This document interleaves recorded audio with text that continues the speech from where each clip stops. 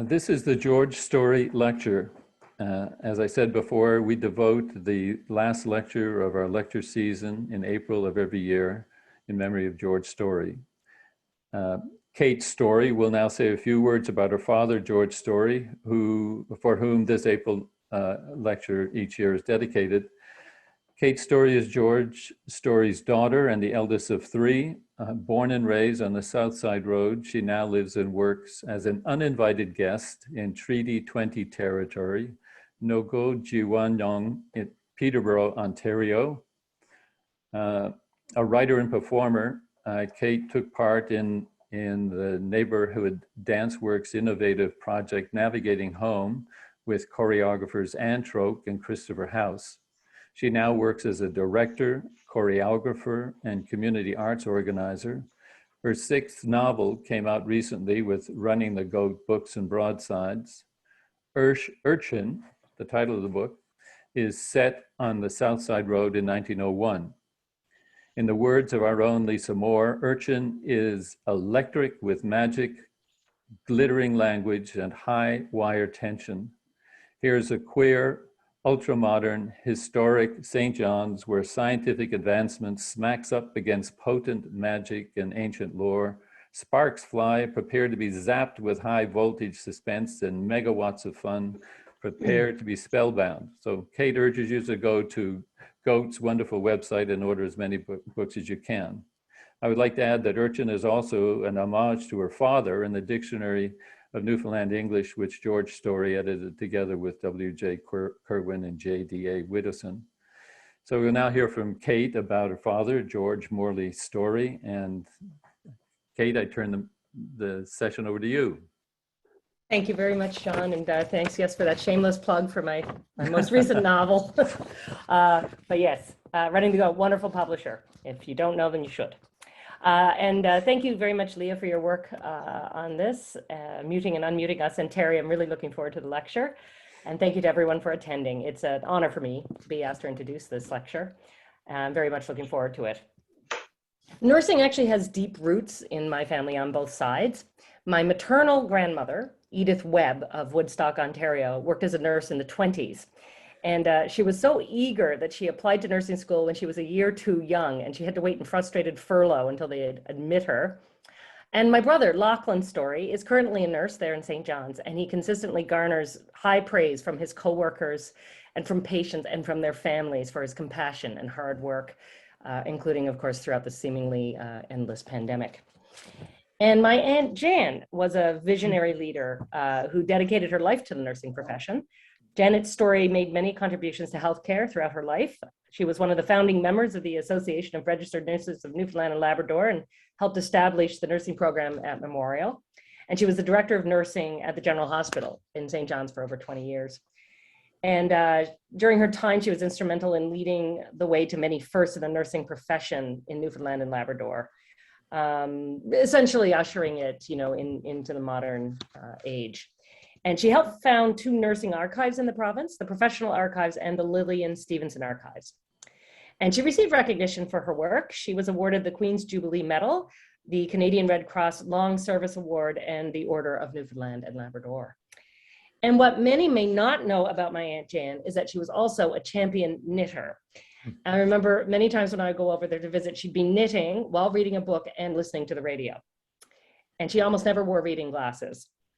She knit so fast, I'm not making this up, that the metal needles would sometimes get hot to the touch. And the only item she was reluctant to knit were navy blue socks because she told me she knit too many of them during World War II. And even now, it's been years since she passed away, and I still possess, cherish, and wear the wonderfully colorful stripy socks that she used to knit for all of us every Christmas.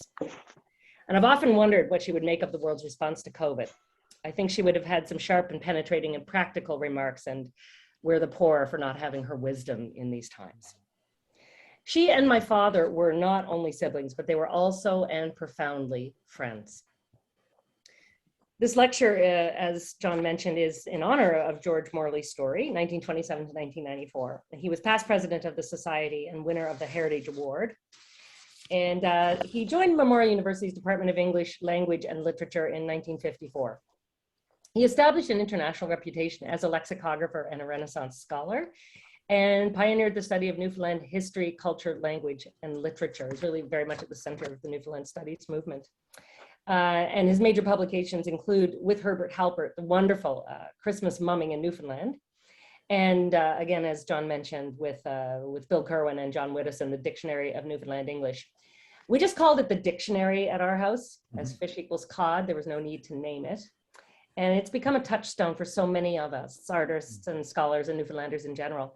And it's not only a word hoard of the highest order, but it also illuminates the light and shadow of the lives of our forebears in that place. And I'm sure I'm not alone in my gratitude for its existence. George Story, my father, was very active in public promotion and preservation of Newfoundland's cultural and historical heritage. It was his true passion. He served as president of the Newfoundland Historic Trust, of the Newfoundland Historical Society. He was the first chairman of the Newfoundland and Labrador Arts Council, and he was appointed director of the J.R. Smallwood Center for Newfoundland Studies in '88. And in 1993, he was named to the Historic Sites and Monuments Board of Canada. And he received many major honors, Fellow of the Royal Historical Society, the Society of Antiquaries, the Royal Society of Canada, Canada Council's Molson Prize, and he, in '88, was appointed a member of the Order of Canada.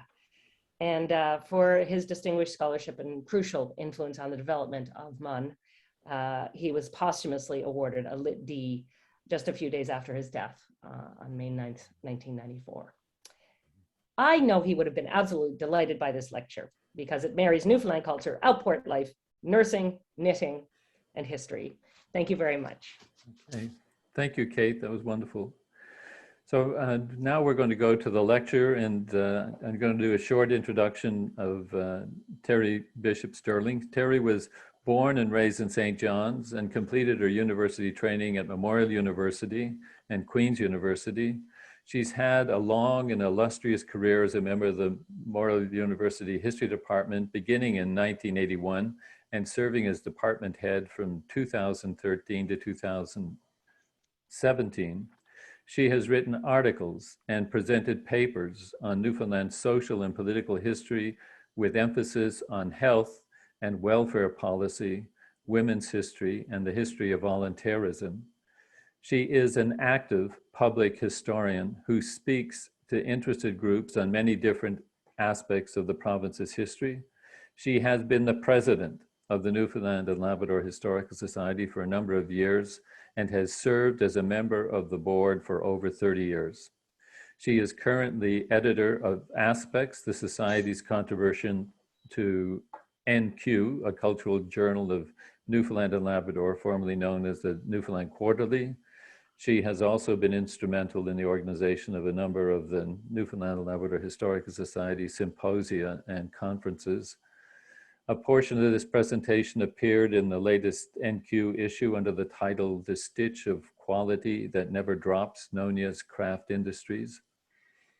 I now pass the evening over to Terry Bishop Sterling for a presentation titled Nursing and Knitting, 110 Years of NONIA. Thank you. Thank you, John.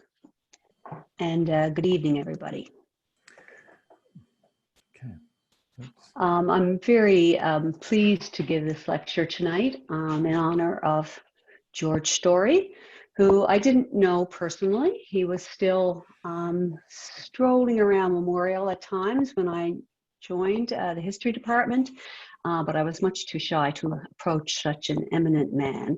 But I certainly benefited from his work in founding Newfoundland and Labrador Studies at Memorial and studied with some of the people that he was instrumental in bringing there, including especially probably Jim Hiller of the history department. I did know Janet, had many wonderful conversations with her over cups of tea, benefited from her expertise, visited her at the Lillian Stevenson archive. So she was a nurse, she was a historian, she was an archivist, and she was so generous with her time, pointing me to sources and just telling me things that aren't in any of the sources. I remember when I was researching my article on Newfoundland Labrador women who worked in World War I, worked overseas as nurses and VADs, nurses' aides basically. her saying, "Oh yes, she wanted to go, but you know she had bad feet." So that was the kind of information that that she shared, and I certainly did have missed her. So I'm very, as I say, very pleased to be able to give this lecture tonight. NONIA is a long-standing organization and one that I've had a long interest in because, as John mentioned, I'm interested in the history of women, of volunteerism, and basically in social history. And not so much in my career have I been as interested in the big economic questions or political questions, but wondering how people got by, how my grandmother and my great-grandmother and people like that really did get by through tough times. And because of that, I've searched organizations like this. I came to it initially because of my interest in nursing history, which has been a lifetime or certainly a career interest. So with that, I'll start our presentation on NONIA. First of all, one of the questions historians always ask is, why then?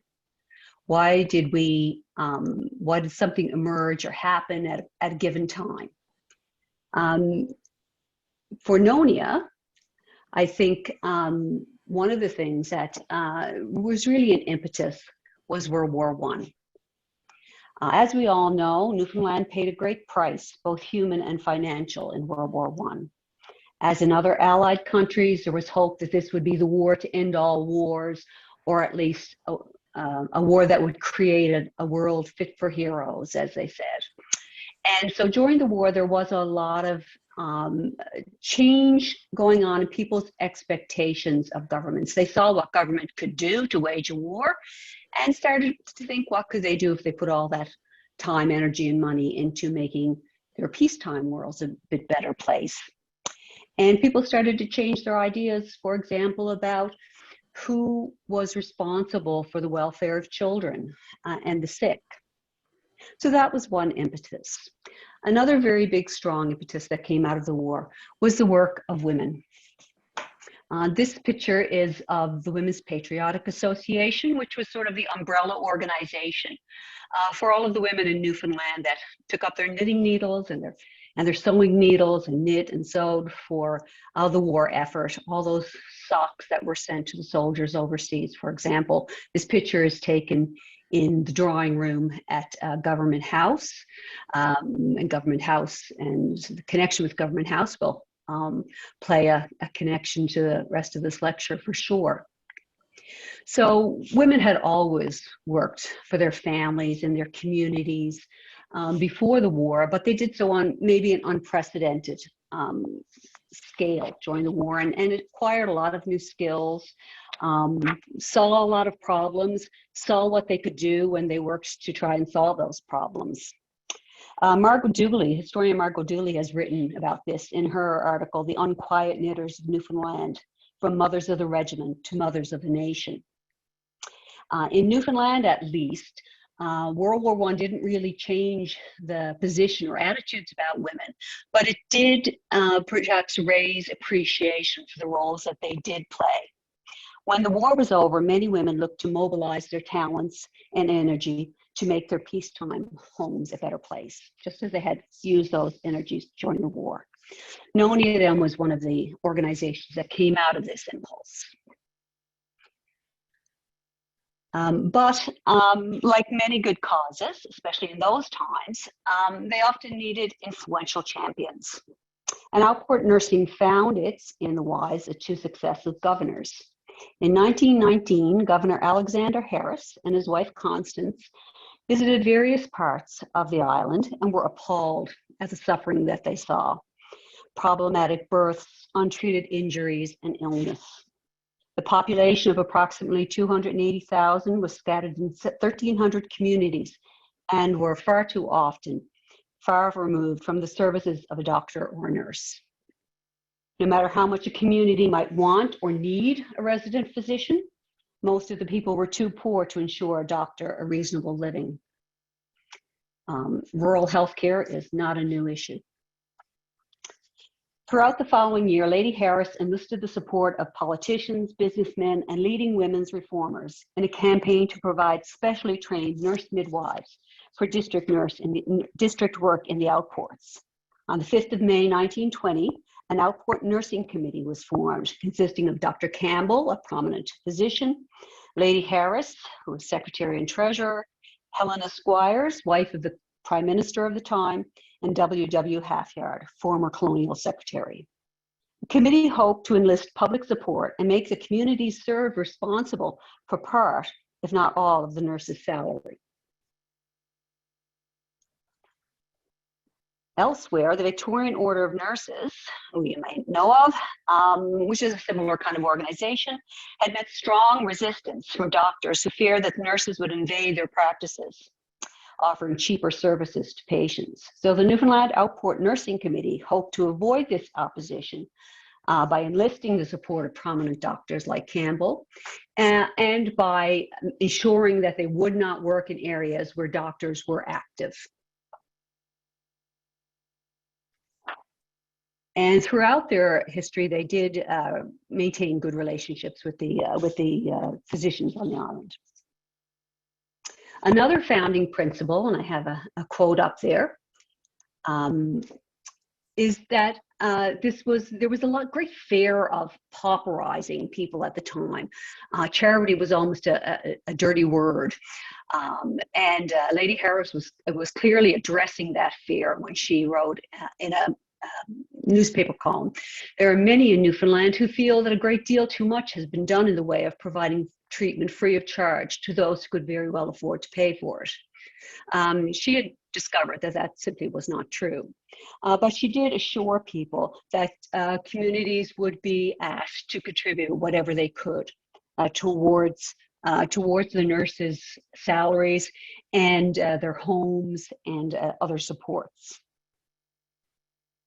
Nurses were recruited in England through the British Overseas Nursing Association, and the first arrived in July 1920. Over the next 3 years, nurses were appointed in Rose Blanche, Hodges Cove, Daniels Harbour, Jobat's Arm, and Hants Harbour. The initial efforts were financed by an annual government grant of $2,000, by fees from communities receiving nurses, and by public subscription. In the first year, costs for the 2 nursing posts totaled $3,762, while receipts equaled $3,782. This solvency in the first year, however, was only achieved with a $1,000 donation from Lady Constance Harris herself. The nursing committee, however, was quite pleased with the receipt of $318.82 from the people of Hodges Cove and $405.25 from Rose Blanche. The post-war recession and poor fisheries, however, soon reduced the ability of outport residents to pay nurses' fees. In 1922, Lady Elsie Allardyce, wife of the new governor, took up her predecessor's leadership in the nursing campaign and began to reorganize it. Drawing on the example of cottage industries in the Fair Isles and Shetlands, and the earlier promotion of handicrafts by the Grenfell Mission in northern Newfoundland and Labrador, Allardyce proposed a scheme whereby Newfoundland women could raise money to support their nurses. The Central Committee in St. John's would send knitting and weaving patterns and supplies to industrial centres.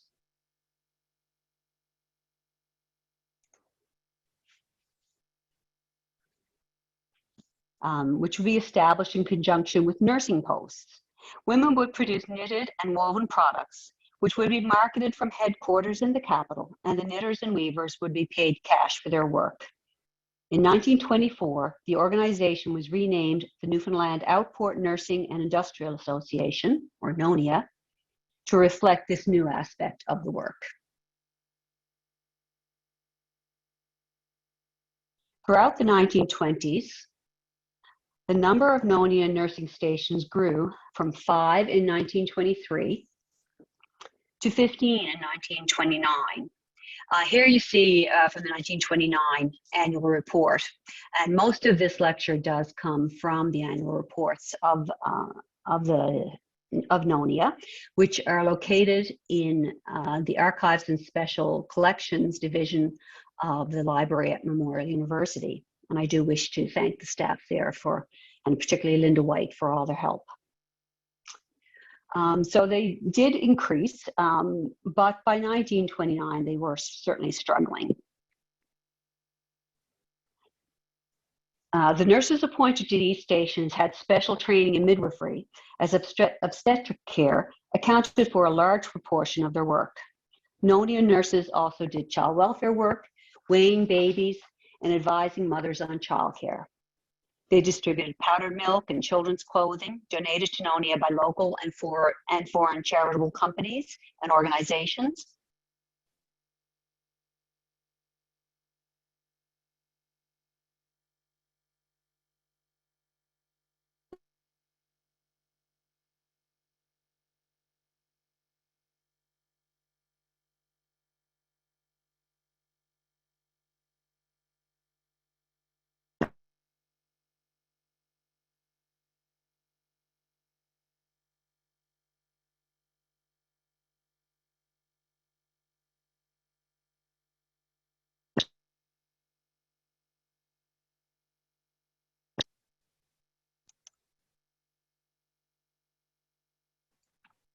Is there a problem, John? Yeah, we lost you. We lost your audio. We could see you, but we lost your audio. So I'm going to go back on mute and and see if Leah can figure that out. We can hear you now. Yeah. Okay. You may just have to backtrack on your presentation a little bit. Okay. All right. All right.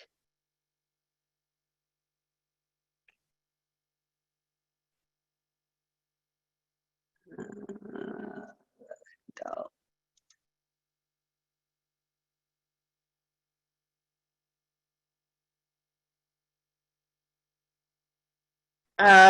We were on you got to the 1929 slide. Okay. Thank you.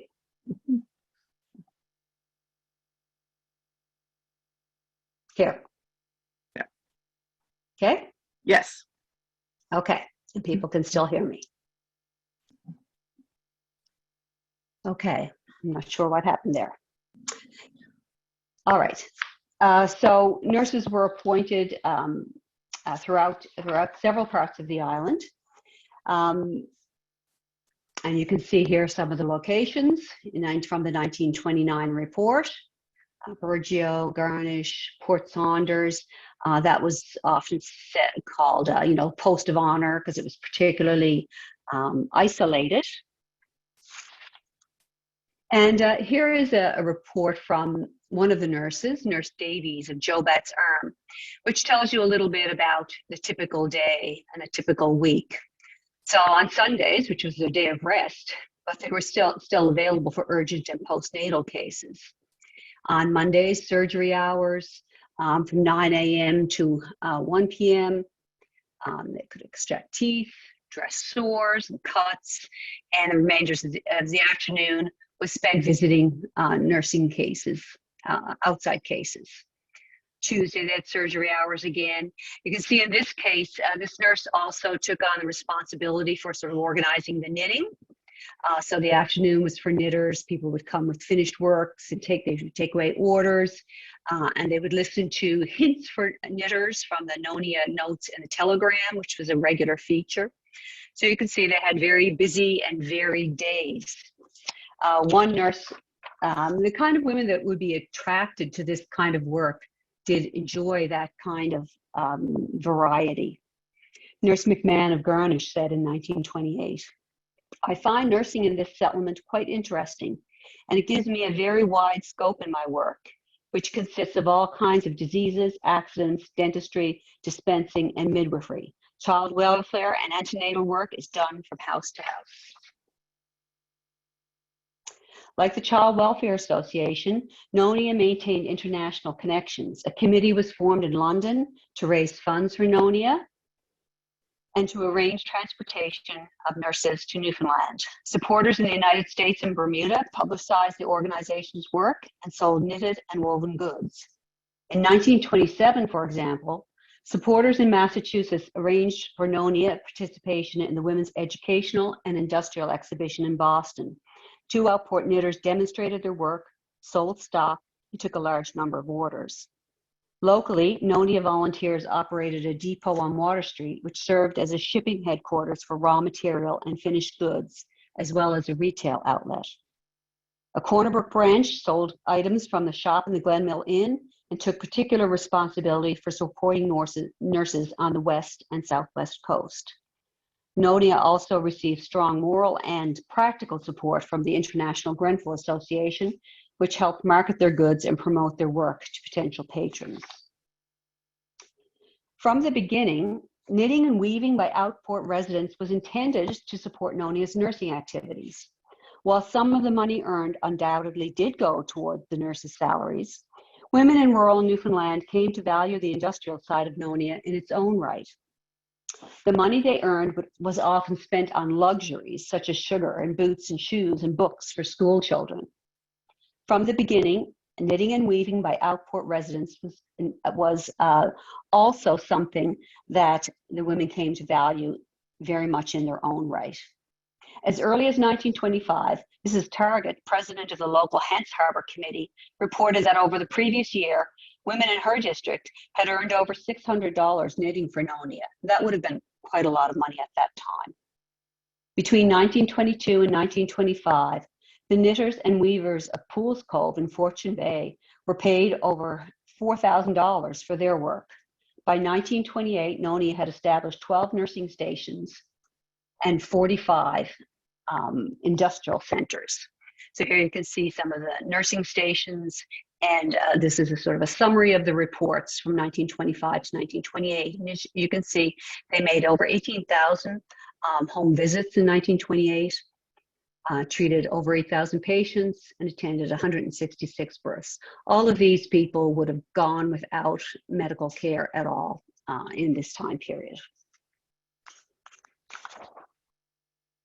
There are some pretty famous NONIA nurses. Nurse Dorothy Cherry on the left received commendation for risking her life and limb and traveling from town to town on the Burin Peninsula to give medical aid to victims of the tsunami in 1929. The industrial side of it, as I say, kind of took on a life of its own. These are, again, a summary between 1925 and 1928. So by 1928, there were 736 workers. Average payment per worker, and it would have varied widely, was $8.38, which doesn't sound like a lot of money, but it represented a significant contribution to total family income at that time.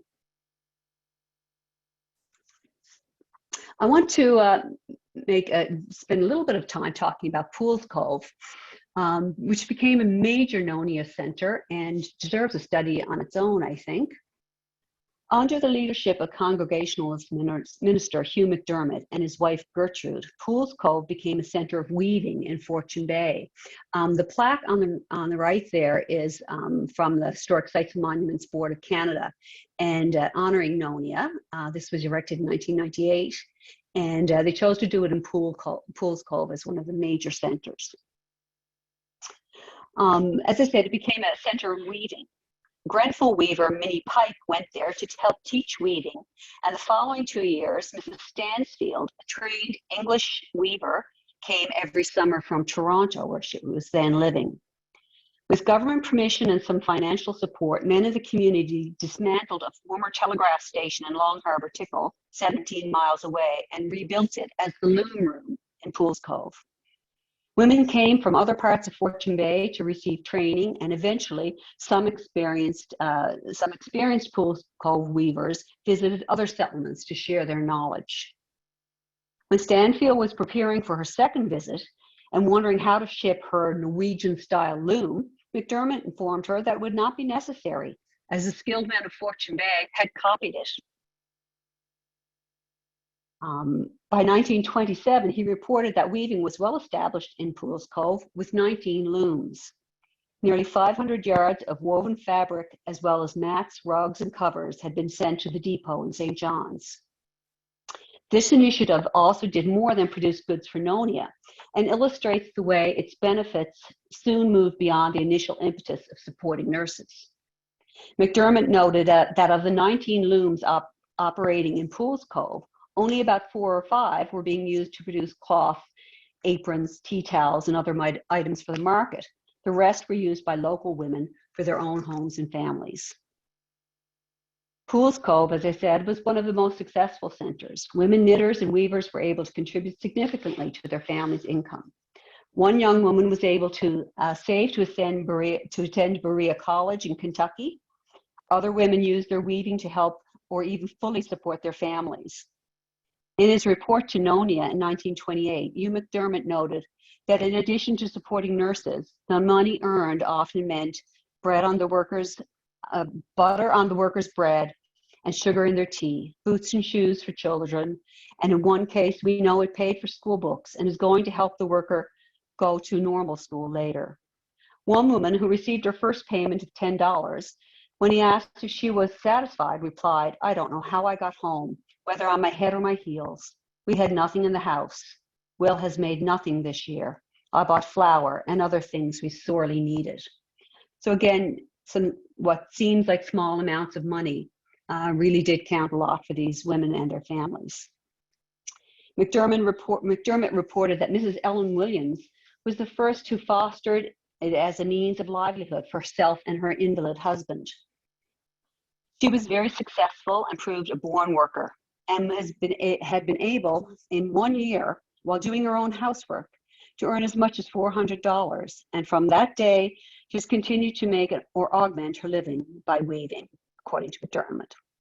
While this case was likely unusual, hundreds of other Newfoundland women were able to supplement family income through their work for NONIA, despite a heavy workload in their own homes, gardens, and fishing rooms. McDermott's account of the loom room shows another aspect of NONIA's positive influence in communities. It became a center of community life as well as a site of work, and he noted that meetings on many matters took place there. As women worked there together, they shared news, experience, and ideas. Every Wednesday evening, they gathered in the loom room for a regular meeting, when each woman brought her own work, and they had tea and a book read to them. These meetings became a central point in their lives, and they looked forward to them, not only from weekend to weekend, but from the time they closed in the late spring until they opened again in the early autumn. And that's from Hugh McDermott's memoir that he wrote in 1936. During the 1920s, the government contributed about between $4,000 and $6,000 a year to NONIA, amounts intended to cover approximately 25% of the nursing costs. Communities receiving a nurse were asked to pledge 75% of her salary. While this figure was never quite reached, the annual reports continually expressed satisfaction with local efforts. In 1925, for example, NONIA's nursing services cost $7,641, and local communities contributed $4,372, or 57%. The organizers credited the industrial work with this success. This result, of course, would be impossible to achieve if it were not for the payments that had been made to knitters. In other words, it completes the circle. Increased sales means increased payments to knitters, and the latter, in turn, enables the nursing centers to meet their proportion of the salaries and expenses of nurses. Both the organizers and the nurses praised rural Newfoundlanders' desire to support themselves, an opinion in contrast to that later expressed by politicians and other critics seeking an explanation for the colony's bankruptcy.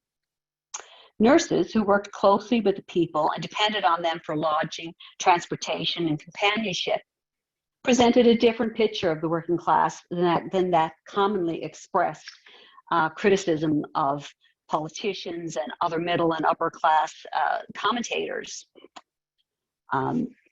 Nurse Johnson of Recontra West considered the people of her district the finest type, brave, industrious, and most kind and thoughtful, while Nurse McMahon judged the people of Garnish very clean living, hardworking, and thrifty. Another famous NONIA nurse I mentioned, Sherry, before, was Myra Bennett of Daniels Harbor, who many of you may know about. Her story was told in Don't Have Your Baby in the Dory, and as I mentioned before, Nurse Cherry. But the accounts of all the nurses are inspiring and tell a story of relentless work and courage in some very difficult circumstances. They also brought books and even had slideshows of children's stories. In some cases, they led the industrial work, as we saw in Nurse Davies' report, and taught knitting. One woman contributed her part of her salary, $100 of her salary, in fact, to her local committee.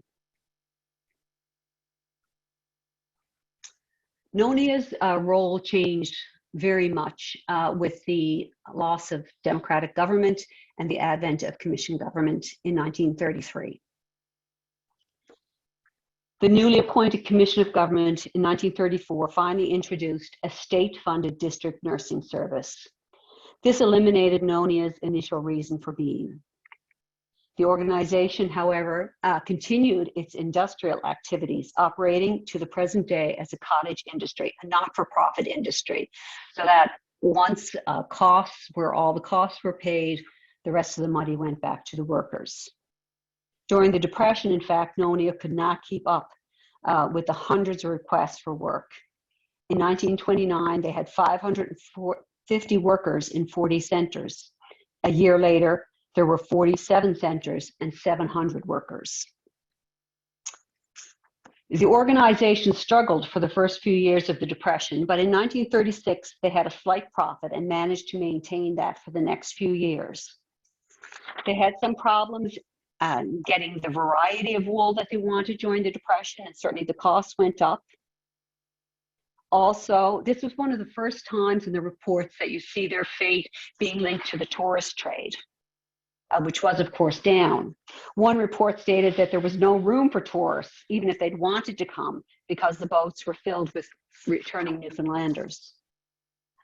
While NONIA's role in providing nursing was so important in the 1920s, its role as an employer became crucial for many in the hard times of the 1930s. In 1937, there were 34 centers with 770 workers, and they were paid over $11,000.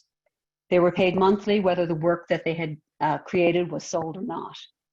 The 1931 report noted that one young girl who was disabled but an excellent knitter was keeping her whole family on her earnings. NONIA attempted to combat the effects of the Depression by economizing and diversifying. By the 1930s, it had added the traditional craft of hooked mats to its products.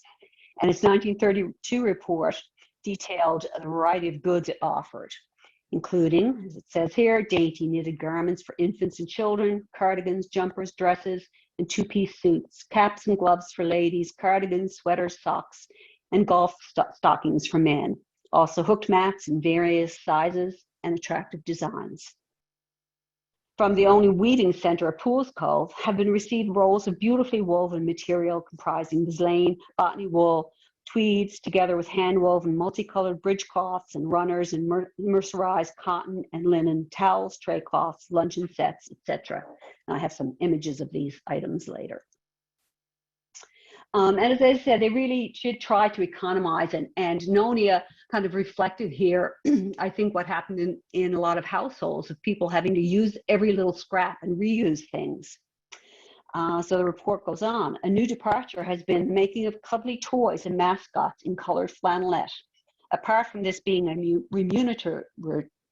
remunerative proposition, it provides a means of using up old scraps of flannelette left over from the mats. It is hoped that this concentration on the smaller items of stock for the Christmas trade will help counteract the decrease in sales for larger and more expensive items. Annual reports maintain that nothing but the best quality goods are acceptable, and this is a theme throughout, which you can see in the reports every year. They noted that new centers always cost the organization in the first couple of years because trainers had to be sent out to instruct women in the NONIA patterns and standards, and because mistakes by new knitters resulted in items which sometimes had to be discarded or sold at a discount. In the 1932 report, the industrial manager, Margaret Beckett, reported that the quality of knitted goods continued to improve steadily, while the mat hooking had reached a stage of perfection. She said that tourists could not believe that the fine work had been done by hand, and she regretted that due to the decline in the tourist trade, they could not send out orders for more mats. In 1936, Honorary President Lady Eileen Walwyn was pleased to report a slight profit, and the organization managed to maintain that for the next few years, despite the continuing hard economic times. Prominent customers by the 1930s included the royal family. In 1927, the organization held a contest for the best knitted baby garments. The winning coat and bonnet were accepted by the Duchess of York as a gift for the baby Princess Elizabeth. In 1937, the Queen ordered 27 yards of Nonia tweed, and she was reported to be very pleased with the product. Later generations of royals would continue to buy or be gifted Nonia products. As part of their 50th anniversary activities, Nonia sent Queen Elizabeth II sweaters for her children. Despite several hard years then, Nonia survived the Depression through diversifying their products and maintaining the highest of standards. By this time, the organization had become known as the place to purchase special gifts for newborns, children, and adults. Nonia garments were beginning to become treasured family items passed down through generations. This local trade, along with a trickle of tourist business and a few wealthier patrons, kept sales high enough to enable the organization to continue into the 1940s. Its impact on workers' families is hard to calculate, but from 1923 to 1940, Nonia paid women knitters, weavers, and mat hookers $117,833.92, a not unsubstantial amount through years of economic hardship.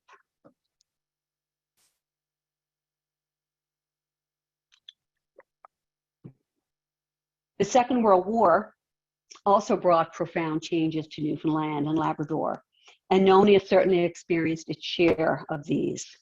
The first year was very difficult. There were virtually no tourists, and local people, uncertain of what the war would mean for the fishery and the rest of the economy, were reluctant to spend on anything more than essentials. Nonia's wool came from England, and like so many other items, costs went up and supplies became harder to get. Much of the wool was being used in England as women once again took up their needles to knit for servicemen there. In 1940, Nonia reported that while they were still receiving wool from England, quote, the variety of colors is limited, and in some cases we can only get 2 pounds of each shade, and of course the price is higher. That year they had 19 active centers and 369 workers. They sent out over 3,000 orders and paid out almost $5,000, a considerable decrease from previous years, resulting in an overall deficit of almost $1,500. The following year, numbers had rebounded somewhat with 20 centers and $6,373 in payments to workers. This increase may have been lessened by the fact that Nonia lost one of its 2 wool shipments that year to enemy action. By late 1941, as with the rest of the economy, Nonia's financial situation started improving. As the economy grew, local markets for its products rebounded. Once the friendly invasion, as it was known, of American and Canadian troops began, service personnel and their families became another steady source of customers. Moira Bowering, wife of Derek Bowering, a rising executive with the major merchant house, even complained of shortages of Nonia products.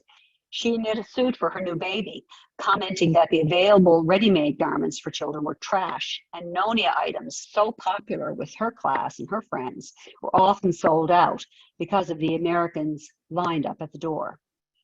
She grumbled that it was maddening because we supported Nonia in days when it was jolly glad to have us.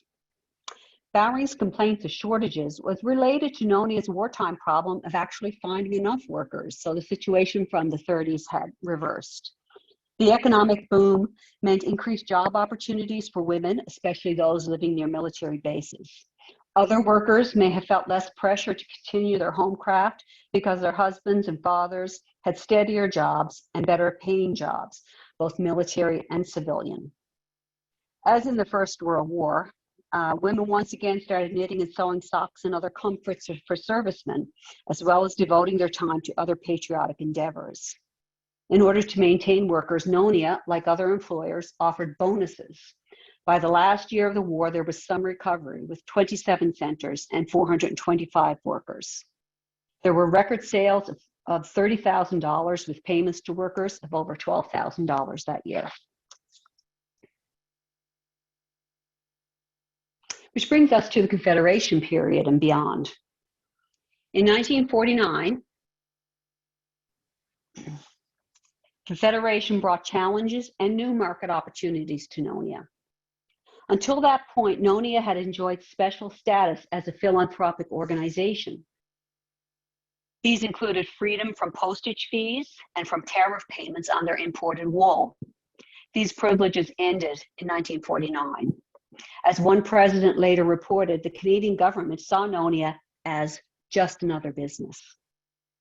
Between 1948 and 1969, NONIA paid $22,682 in postal fees and over $90,000 in federal taxes. While NONIA's costs therefore increased, it was able to continue because of its growing local and international reputation for the finest quality handmade goods, and by taking advantage of the general increase in living standards. The post-Confederation annual reports also demonstrate that NONIA's profits, like those of other retail businesses, continue to be strongly influenced by tourist markets. The new expenses after Confederation forced NONIA to raise prices, but as 1950s President Honor Jeffrey poetically, if optimistically, argued, who would really mind what they pay when they are shown the perfection of a white Angora cardigan, looking like a mound of white down, as if no human hand had ever touched it. The beauty of the sparkling evening sweater and bags, so finely knitted that they are almost like material.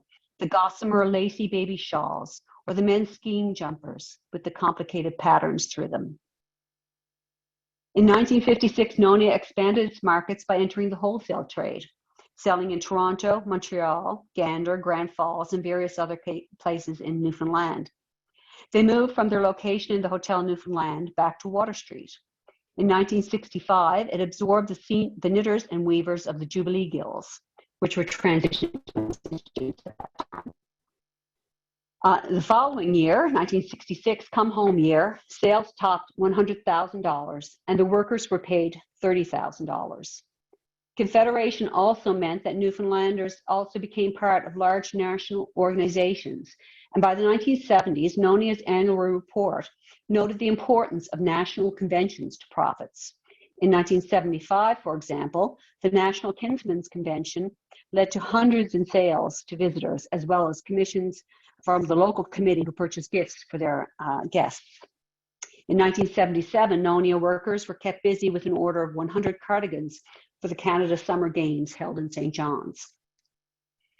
In addition to the tourist trade, sales at home continued to be essential. NONIA infant layettes and children's sweaters were treasured gifts. Ladies' wear, however, continued to be its biggest seller. Even as ready-made clothing became increasingly available, both local committees both local customers and tourists were willing to pay more for the excellent quality knitted and woven goods produced by NONIA. Christmas sales were particularly important, and a NONIA sweater became a popular gift for both children and adults. In a charming Daily News 1930 story, Cassie Brown describes stumbling into NONIA's shop while shopping for Christmas presents. The story included pictures of Brown modeling a stole and a scarf. She emphasized that NONIA's products can stand side by side with any handmade goods, especially imported from other countries, and concluded, so if you're like me, really stymied for that something special at no extra cost, my advice to you is to do as I did. Drop into NONIA and you can't go wrong. I'm just gonna show some different images. Some of these are from newspapers showing some of the ads that NONIA posted. They had an annual sale once a year, typically in October, and then Christmas was obviously very important. Here's a picture, I think this is a lovely picture of American servicewomen shopping at NONIA. I think it's around 1956. That's definitely the American Air Force, and women weren't admitted into that until the 1950s. So it's not during the war, but afterwards. I say 56 because this picture was in among a bunch of others that were dated for 56. Here's a picture of the inside of the store, and you can see some of the complicated patterns. The caribou pattern was obviously a very popular local one. It's a lovely pattern there on that sweater. And you can see in the back ties and some of the woven goods on the wall. This is Cassie Brown, who was, most well known for writing Death on the Ice and other novels. But she had a kind of a women's page in the Daily News for a few years, the early 1960s. And this is the article that I mentioned. She said, "The wind blasted me as I stepped into the protection of a doorway. My eye caught a bright splash of color, and I turned to examine it more closely. This was the NONIA store. And there and then it occurred to me, what more unusual gift could I send to those far-flung relatives than our own Newfoundland handicrafts?" And I hurried inside. So she's modeling a little scarf there.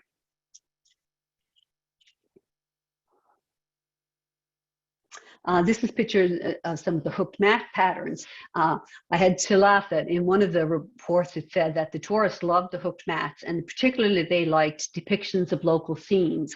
So I'm not really sure what the penguins are doing, but clearly not the local scene, but perhaps in the tourist imagination they were. And some of the other very popular items, you can see the children's layettes here. This picture, I think Heidi used for the poster advertising this, and it's the first sort of all-over jumper pattern was described, and it was knit by Mrs. Janes in Hants Harbor. Very complicated and beautiful pattern. Lovely again, children's sweaters. Brown's story also it was basically like an extended ad. She included one of the rare estimates of wages by saying that workers received about half the cost of each item. However, this was pretty general and likely a bit high. Payments naturally varied over the years. In 1973, NONIA decided to use bonuses as a flexible way to increase payments when possible, sort of reverting to the World War II era. Workers were paid a bonus of 10% on the goods they produced. In 1975, these payments, given at Christmas, ranged between $5 and $50, and the total paid to knitters and weavers that year was $37,372. An Evening Telegram article in 1969 gave an account of one longtime knitter, Mrs. Morris. It reported that payments to knitters varied according to the size of the garment and its condition. Mrs. Morris estimated that it took her 20 to 30 hours to knit a sweater, for which she was paid $6 to $8. Transportation, cost of material, and retail costs were added to this amount, and the same sweater sold for between $23 and $24. In 1970, NONIA celebrated its 50th anniversary. Just a few more images, actually, of some of the things and some of the ads that you'd see. These are typically from the local newspapers. This one shows some of the woven goods, obviously the Newfoundland tartan here and the tea towels. And again, just a close-up of the iconic caribou sweater. So the 50th anniversary celebrations in 1970. A major project was a NONIA exhibit in Toronto, NONIA's first Ontario exhibition.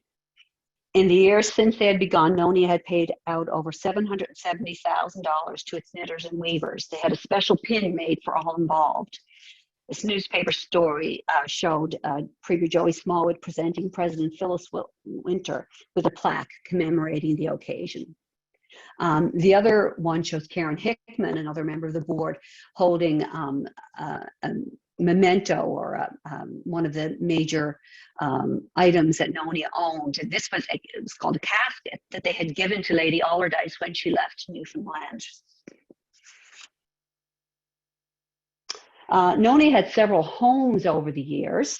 It started on Water Street, moved to the Hotel Newfoundland, and then eventually back to Water Street. In 1972, it had the opportunity to purchase its longtime location at 286 Water Street.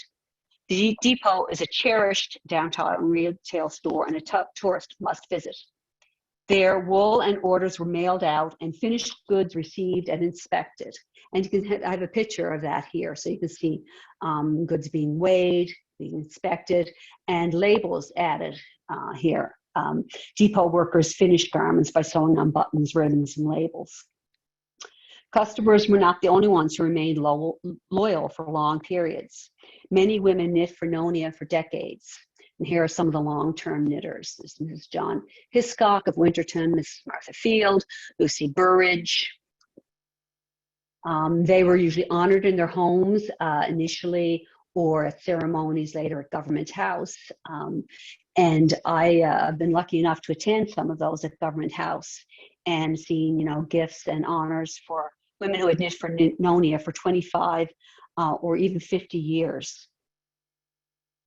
In more recent times, as more occupations opened up for women and as married women's paid employment outside the home became more accepted, of course, there are fewer people. NONIA has had fewer workers, but it continues as an option for women who enjoy the work and value the flexibility to work from home on their own time. Traditionally, staff also stayed a long time. Beatrice Moores worked as depot manageress for 30 years. So there's lots of praise of her through the newspapers and the reports. Similarly, Phyllis Winter, president in the early 1970s, described leadership of NONIA as almost hereditary, with daughters working under their mothers until they too assumed leadership. Currently, NONIA has approximately 150 workers. 20 of these women have been knitting for them for over 20 years. 7 for over 50 years, and some for over 70 years. These milestones have been marked in their own homes or at the annual meetings held at Government House. The wife of the governor was traditionally the honorary president of NONIA, which of course led to some discussion when Her Honor Judy Foote was appointed governor. So they had to make a little bit of adjustment in their constitution for that one. In 2020, NONIA celebrated its 100th anniversary amidst a global pandemic. Nevertheless, it marked the occasion with an exhibit at the Rooms and a bronze statue commemorating women who had knit for NONIA for over the years. The statue was fittingly placed on the grounds of Government House. I think that's quite a lovely statue, and some of you may have been at that opening. NONIA knitters also contributed 108 squares, which were sewn into commemorative blankets. 12 of these squares were contributions from women who had knit for the association for over 50 years.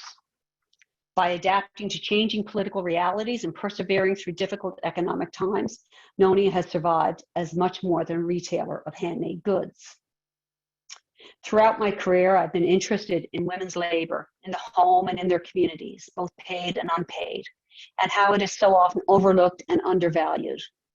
NONIA reminds us of its importance in providing first health care and then economic opportunities for women to help their families and communities, opportunities very much lacking in rural Newfoundland for most of the 20th century. It also built on craft skills they enjoyed and also used to clothe their families and decorate their homes. Remember those extra looms. The missionary aspect of NONIA does not seem to have ever completely vanished. The organization's 100th year brought unprecedented challenges, but hopefully its deep roots and experience adapting to new times and new circumstances will help it through this difficult time so that it can continue its legacy as a home industry, a female-led institution, and an important historic and cultural icon. Thank you.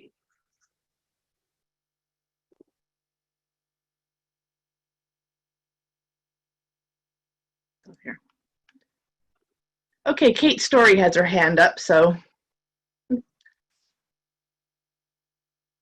No, I was applauding. Oh, okay.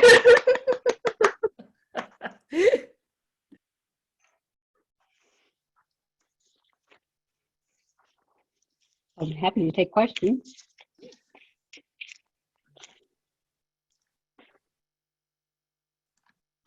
I just left up these images. These are just in the middle of one of the reports, and it doesn't say who created them. I just think they're beautiful. Yeah, they're beautiful. I was, when we were doing the technical rehearsal, I was taking a wild guess and suggesting this might be Rockwell Kent. It sort of has something of him in it, although often he does a lot of illustrations, black and white, and they're quite striking. But these are strong, these are obviously very strong images. And anyway, I just wanted to say that thank you very much, Terry, and that we do have time for questions and comments. And Leah Griffiths is going to present any of the chat line questions and comments, and then I'll acknowledge people, as she tried to do with Kate, thinking if she had a raised hand. So anybody that has a comment, and if you either use the chat line or use the raised hand function. One thing that I can, just to start things off, I did get a message from a woman, Pearl Herbert. I don't know if she's attending the lecture tonight, but I was just going to read what she had to say. She was concerned, she wanted to make sure that we were all aware that the nurses that were recruited, that there were two qualifications that they had to have. One was they had to be nurses, but they also had to be midwives, according to her. She said tomorrow's nurses and knitting should be an interesting presentation. However, those who were recruited to Newfoundland and Newfoundland also had to be qualified midwives. For example, after the Midwives Act was implemented in Newfoundland in 1920, Lady Harris went to England to recruit nurses who were also midwives. One of those people was Myra Grimsley Bennett, who was trained as a nurse in Woolwich and as a midwife in Clapham School of Midwifery in London, England. The Midwives Act in England was passed in 1902. Others would have had similar training, being both nurses and midwives, and she wanted to make sure that that point was made. So there was somebody just came up. I did. They had to have obstetric training. Yeah. All the nurses selected. So Heidi Coombs has her hand raised. Okay, Heidi. I do, but I can ask Terry questions at any point, so I don't want to take up much time. I love the point about disabled people being able to contribute to the household income through NONIA. I think that's really important. I have other questions, but maybe I'll just let other people ask questions because I can ask you this anytime. So, Okay. Sure. I'll pass. Okay, there were a few people that did something on the chat line. I saw. Yeah, we've got some raised hands first, though. Okay, perfect. So Larry Pegford has his hand up. Okay. Hi, good evening. How are you? Hi, Larry. Yeah, just want to remark that I was a welfare officer back in the 60s and 70s, early in my career, public service. And I traveled much of rural Newfoundland, and I met many of the knitters of NONIA. I was a young social worker at the time, and I wasn't particularly aware of NONIA, but boy, did I learn quickly the talents of these women. And I saw, in a minimal way, how important that little income was to these women and their families. I passed the NONIA retail outlet on Water Street many a time, and I'm ashamed to say I'm not sure that I went in very often, but it was always pleasant to watch and look at the NONIA store. And I knew the history of it somewhat. I know more tonight than I did, but to know the women that I met during my early days in my early career made NONIA a pretty special institution in Newfoundland, and certainly encouraged me to listen in tonight to your wonderful lecture. So thank you very much. Thank you, Larry. And then Janine has her hand up. Hi, Terry. I have to say I'm so impressed with your talk. I logged in a little late from Ontario. We have a lack of time here, but I wanted to make a couple comments as a knitter. I had the privilege of going to Newfoundland a number of years ago and found my way into the NONIA store on Water Street and was so impressed. And as a knitter, to buy knitting from a fellow knitter was an honor. Just a quick question, I also follow Sylvia Olson from out west, and I know she made her way to down east to talk about the fellow knitters, because the story is very similar to the women on Vancouver Island, the Cowichan knitters, and wondered today what is the status of the NONIA knitters? I mean, I'm not thinking they contribute to the nurses so much, but I'm hoping that they get a percentage a little bit higher than maybe $6 or $8. Yeah, I don't know. I don't know if any of the NONIA people on, have that kind of figure, but in the later annual reports, they, they sort of subtracted all their costs, which of course have, now include insurance and so many things. And then the rest of the money does go to the knitters and weavers themselves. So it's still run as a not-for-profit cottage industry. Great, great. Thank you so much. Learned so much. Thank you. And then Margot Dooley has her hand up. Hi, Margot. Hi there, Terry. Wonderful paper. Thank Hi, you so Margot. much. I enjoyed reading your piece too in aspect. So thank you doubly.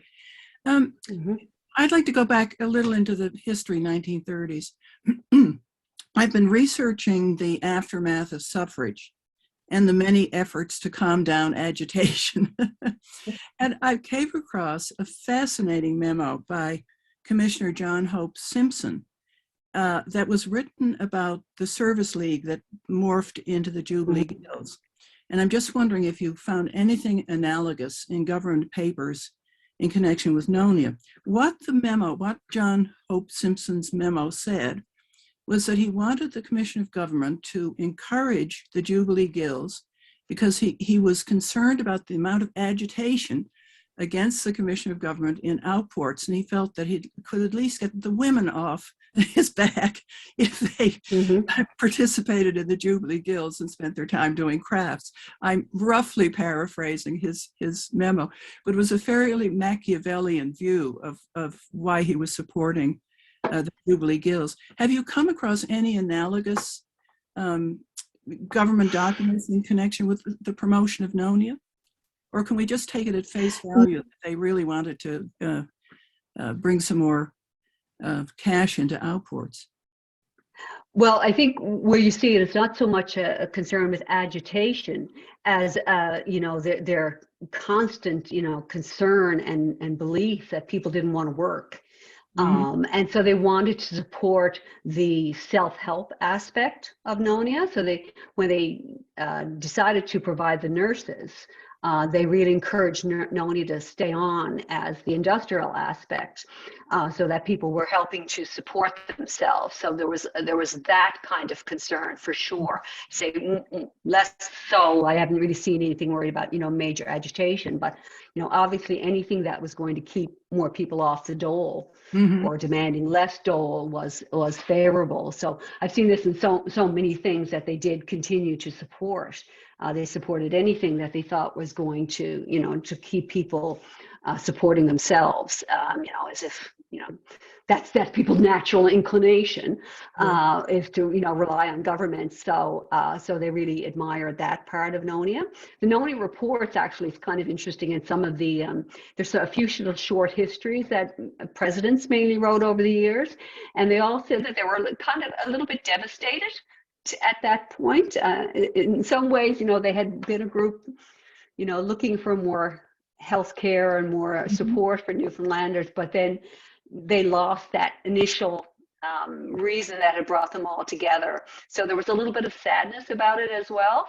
But from the point of view of the government, they were, very quick to say that they would, they would certainly favor NONIA continuing its industrial aspects. Thank you.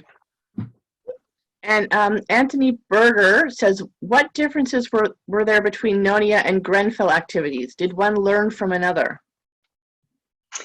Well, obviously very different locales. And, that initial idea of NONIA, and really the nursing aspect of it only continues till 1934. So in that time period, that initial time period when it was linked to medical services, they are somewhat different. NONIA the Grenfell Association, I know less about that than other people here, including Heidi.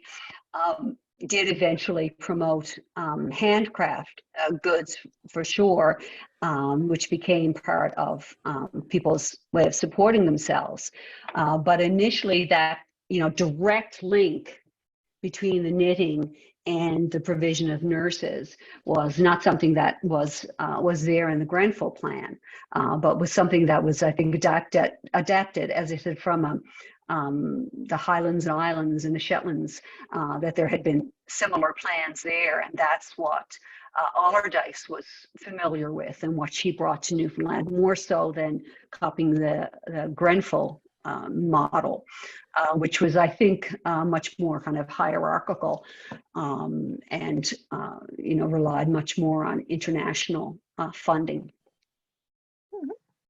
And Vicky Hallett asks if NONIA nurses ever trained women in the communities in midwifery or other nursing skills. Not that I ever saw. A few of them were there for, up to 5 years, but a lot of them they would do, maybe 2-3 years, and they were pretty busy. So I don't hear about that. I wouldn't be surprised if they became sort of a somebody that local midwives would have called in at that same time as the person who John read the comments. This was also a time where there's a major child welfare movement going on, particularly in the capital, and there is an effort locally to professionalize midwifery. So that was being done. Evelyn Cave Hiscock was one of the first trainers. That was being done, but separately from NONIA, I believe. And Pauline Duke has her hand up. Pauline? Yes, thank you, Terry, that was a really, really very interesting presentation. My daughter and I have been watching together. My husband's aunt, Mrs. Annie Lane from Salvage, is, and still, she has passed away, but as far as I know, the longest serving knitter for NONIA in the province. She started when she was age 12. So I watched her in her kitchen, certainly in the 90s, and she was famous for making the very delicate, fine baby christening shawls. And there's one on display of hers, her last one, I think it's in the rooms. And she would actually be very careful about it. It was exquisite work. She would actually have all of the knitting material in the wool that she used was very, very fine in a pillowcase so that nothing got oil from her hands or anything got on it. So she was very, very careful. But I used to be, watching her do that. It would take hours of work to knit one because it was very delicate. But, and she loved doing it. But I was sort of struck at the time that she was paid so little for what she did and the hours that she put in. I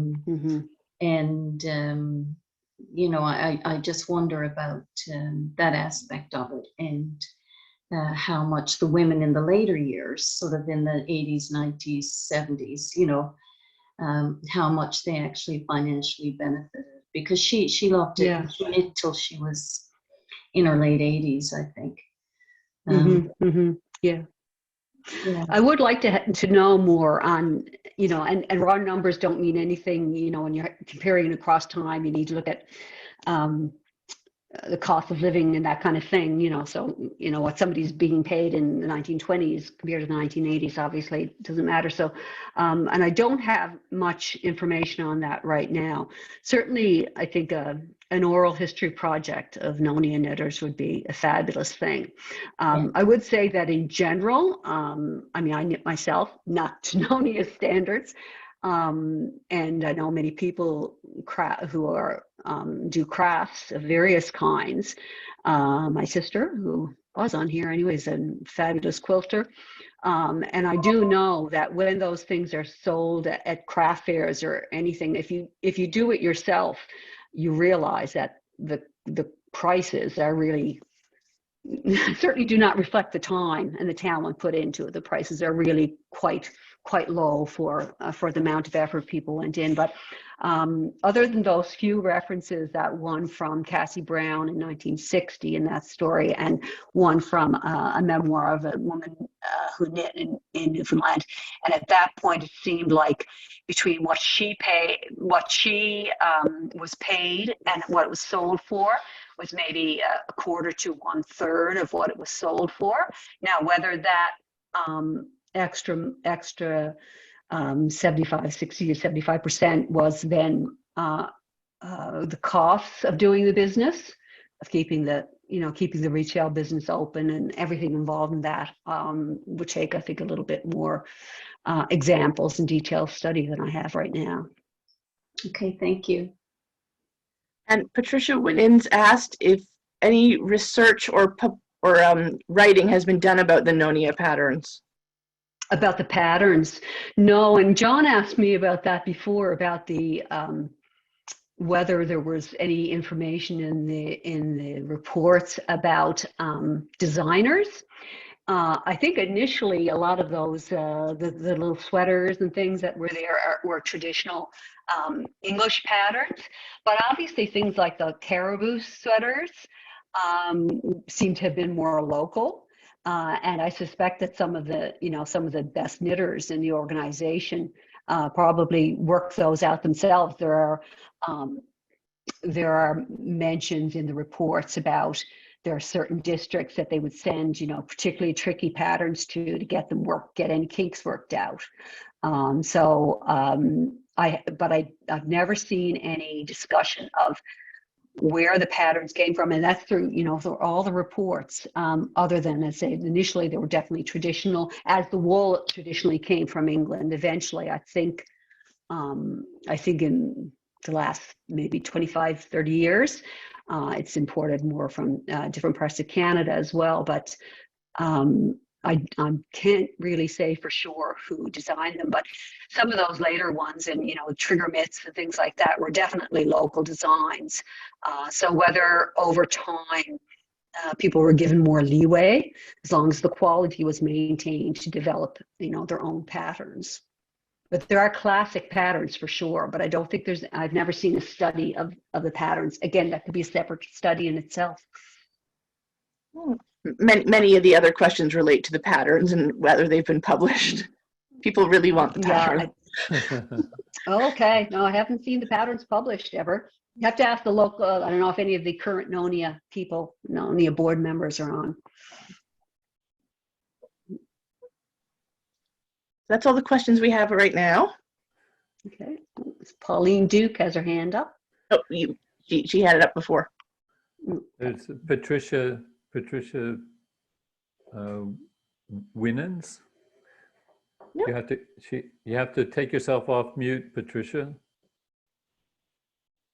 I don't know if you can help her, Leah. Can you take her off mute, Patricia Winans? A moment.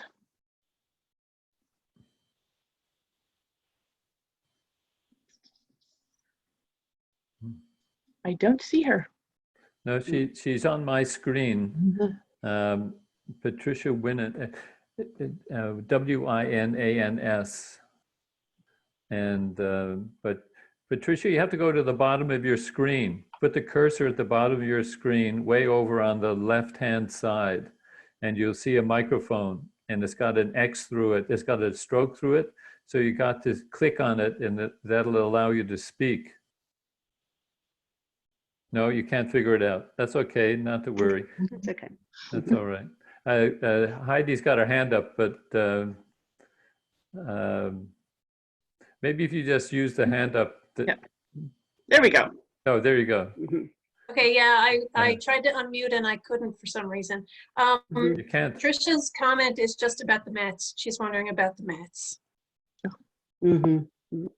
Oh. There was one year there was a comment in the report that they'd gotten interest from a couple of districts where people didn't. I think the assumption is everybody knit, but not necessarily. From a couple of districts where the women were not interested in knitting, but had traditionally hooked mats. And so they decided to go down that road and were interested in getting an industrial center, particularly with hooked mats. And then from then, that was in the late 20s. And that from that time on, it proved particularly popular with tourists. One thing that struck me about it was the logistics of organizing it. I mean, it is a really complicated organization to arrange for the materials, the distribution materials, the distribution of the pattern, sending people out to provide some instruction, getting the finished sweaters and other woolen and woven clothing and cloths back, marketing it either wholesale or retail, and then getting the money back to the knitters. I mean, this is a major, and the number of people. One of the things, though, I mean, one of the things about it is that you gave some statistics on the amount of money involved and the amount of tax paying, for example. But your tax and statistic was a statistic of like $90,000, but that was over pretty well 20 years. So the annual amount of tax was relatively small. One of the things that struck me about that particular thing was, I guess, perhaps at that time in Canada, there were no exclusions from tax for non-governmental organizations. I'm not sure. No, not in Canada. There had been before 49, but yeah, it was sort of a little bitter statement in the report after. They just see us as a business like any other business. So that figure, I think, was for taxes paid on imported wool, which they'd been freed from before. Oh, I thought it was on income, that there was tax on income. No. Okay, that was that. So that was really tariffs. Yeah. All right, and Gladys Schofield has her hand up. Okay. Go ahead. Thank you very much. That was a fabulous presentation, a lot of history to cover. I just wondered about when the Royal Commission took over funding I'm wondering how much funding they did, but the nursing salaries. Was any of the centers that NONIA looked after, was any of them still left in NONIA, or did they take them all over? No, they took them all over. Yeah. Okay. And there was no compensation at all expected from NONIA? No, the last couple of years, the first, 29, 30, 31, or those early 30s, they were really struggling to keep nurses. So they had, that last year they said, that they only had some centers were only covered for part of the year. So it just, like so many other organizations, they were really struggling in those early years of the 30s. So they, it was writing on the wall. It was on the wall, I think, of even trying to keep things up. So yeah, I don't think they were consulted at all, but they were just told that we will do it. And if you read the Amelie report, one of the things that it did say was that Newfoundland was in need of much better health care in the rural areas. That is one thing. One of the things that the Commission of Government is often praised for, one of the few things that they are often praised for, is the provision of medical care to the outports. This included not just the district nurses, but of course, most famously, the building of the cottage hospitals. In a sense, NONIA was the forerunner providing the nurses to these particular communities. And I suspect they would be quite relieved in the fact that they were doing this work was really lobbying the government to provide a universal service. And and you could say they succeeded by their example, being the forerunner in that way. For sure, they did demonstrate the work, and I say Myra Bennett's story is pretty well known, but there were a few other nurses as well that came over as NONIA nurses that ended up marrying local men and stayed in the community. And traditionally at that time, of course, once a nurse married, she quit working. But I suspect unofficially they, as with Myra Bennett, became, continued as nurses and midwives in their communities. Okay. All right. Heidi? Go ahead, Heidi. Oh, Do you have some? No, nothing to say. Okay, no, I wasn't allowed to unmute, so, but then I was allowed to unmute. So I just wanted to make a comment about I guess the well-known NONIA nurses. And I remember, Terry, we attended the symposium several years ago about healthcare history in Newfoundland, Labrador, and Margaret Giovanini was in the audience. And I remember, I think she was the nurse in either St. Lawrence or Lanolin during the tidal wave. And I believe the story goes that the government wired the community to find out how things were going after the tidal wave. And she, her message back was, well, but busy. That always stuck with me because, that's a typical nurse. She had typical nurse. Yeah, she was busy. She was well. She was busy. So was Margaret Giovanini? She was a NONIA nurse, I guess, was she? I think she was, yeah, initially. Yeah. On the Burin Peninsula. Mm-hmm. Yeah, good story. Carol? Carol? Carol, you have to unmute yourself. Oh, there you go. Yeah. Hi, Carol. I've got to take, hi, Terry. This is just a wonderful presentation, Terry, as always. One of the slides, I believe it was the statistics of nurses' visits in various outports for 1929 or 39. I found it interesting that in Burgeo, there were something like 1,100 visits, but only, I think in total, 8 births and deaths combined, but I don't know if I've got it right. What would all of those visits have been if not for attending births and deaths? I'm just curious. Well, they could have been, long-term illnesses, tuberculosis. I'm sure they were dealing with a lot of that. Yes, say a lot of the work was antenatal care for sure. That was a lot of it, but there's a project I'm working on now with a project that Vicki Hallett and Sonia Boone have going on, letters to Smallwood in the early, just after Confederation, and what became clear to me, because I'm looking at the Grand Falls district, is how dangerous the work was, all the manual labor that people did, whether it was fishing or working in the woods, mining, and how many people were disabled or, old before their time, injured. And I think that the nurses probably saw an awful lot of that as well. Yeah. And Jean has a question. And they did child welfare work as well, so like going in and just advising mothers on children, that kind of thing. Okay, and Jean has a question.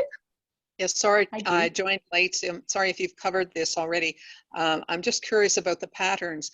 Has anyone ever, or is there any interest into trying to reproduce the patterns, ask people to donate what they might find going through their mother's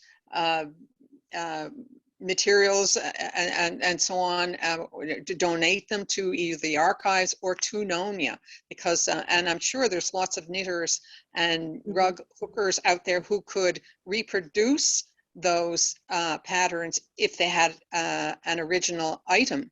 There's a lot of talented people around in Newfoundland. Well, I think that would be a question probably for the current board and current management, because they would obviously they're still producing some of these goods. So some of the older ones that they're not producing anymore, I'm not sure. Again, in the records that I have looked at, the official records of NONIA, I have not come across patterns So there must be somewhere, but they're not in the records that I've seen at the archives at Memorial. So whether what you're suggesting would be possible or desired by, that would be, I think, for the current board. Thank you.